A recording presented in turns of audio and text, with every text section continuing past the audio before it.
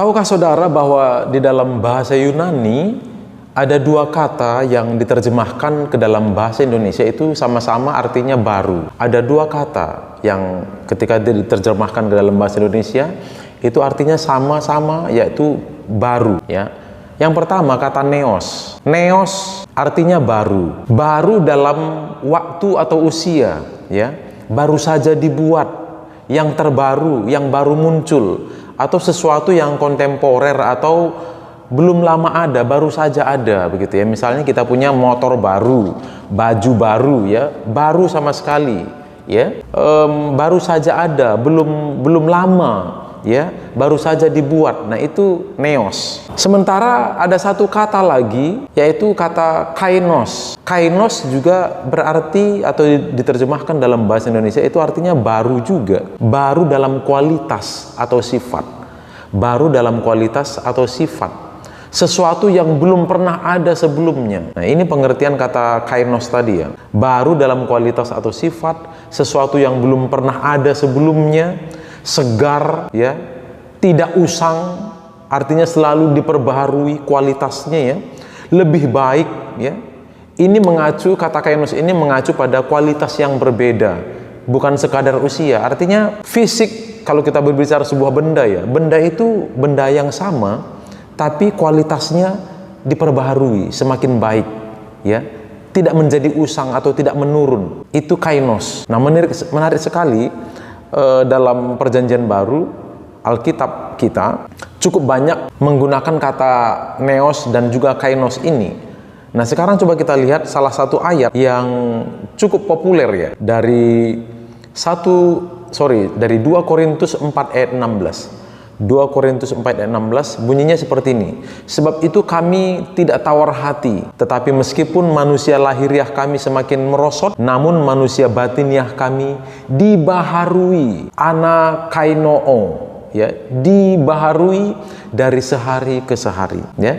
Rasul Paulus katakan, sebab itu kami tidak tawar hati. Sebab itu kami tidak tawar hati. Kalau kita baca ayat-ayat sebelumnya, sekalipun mereka mengalami banyak penderitaan, ya, sekalipun mereka banyak mengalami kesulitan, kesukaran, ya, ancaman terhadap nyawa mereka dalam perjalanan pelayanan mereka, Rasul Paulus berkata, kami tidak tawar hati, tetapi meskipun manusia lahiriah kami semakin merosot, manusia fisiknya semakin merosot, semakin menderita, semakin terluka, semakin tersiksa, semakin mungkin mengalami tekanan-tekanan, ya, dan itu pasti dialami oleh semua orang, sekalipun dia mungkin tidak menderita dalam pemberitaan Injil. Tapi ketika fisik kita semakin menua, pastilah manusia lahiriah kita, fisik kita pasti makin merosot, ya. Rasul Paulus katakan, tetapi meskipun manusia lahiriah kami semakin merosot, namun manusia batiniah kami dibaharui, anakainoo, dibaharui dari sehari ke sehari. Nah, ini harus kita alami, saudara. Kehidupan batiniah kita, kehidupan kerohanian kita harus mengalami anakainoo, harus mengalami kainos, pembaharuan, mengalami perubahan kualitas yang semakin hari semakin baik, makin hari lebih baik, makin hari makin berkualitas baik, ya.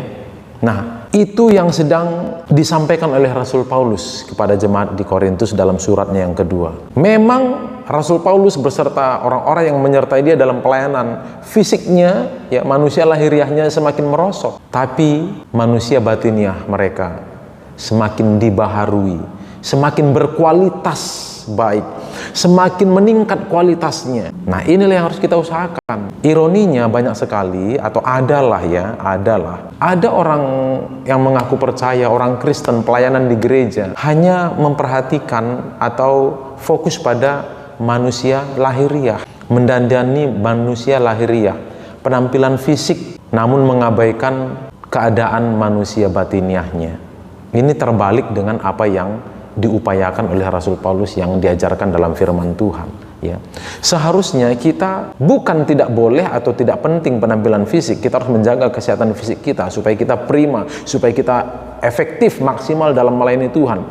Tapi jangan sampai kita memperhatikan kondisi fisik kita merawat dan memperhatikan keadaan manusia lahiriah kita sebagai yang prioritas, dan akhirnya kita mengabaikan keadaan atau kesehatan manusia batiniah kita. Ini yang harus kita perhatikan, atau salah satu yang harus kita perhatikan. Jangan sampai kita hanya memperhatikan dandanan fisik kita, tatanan rambut kita, alis kita, atau mungkin kulit kita, ya, dan lain sebagainya. Namun kita tidak memperhatikan bagaimana kondisi manusia batiniah kita.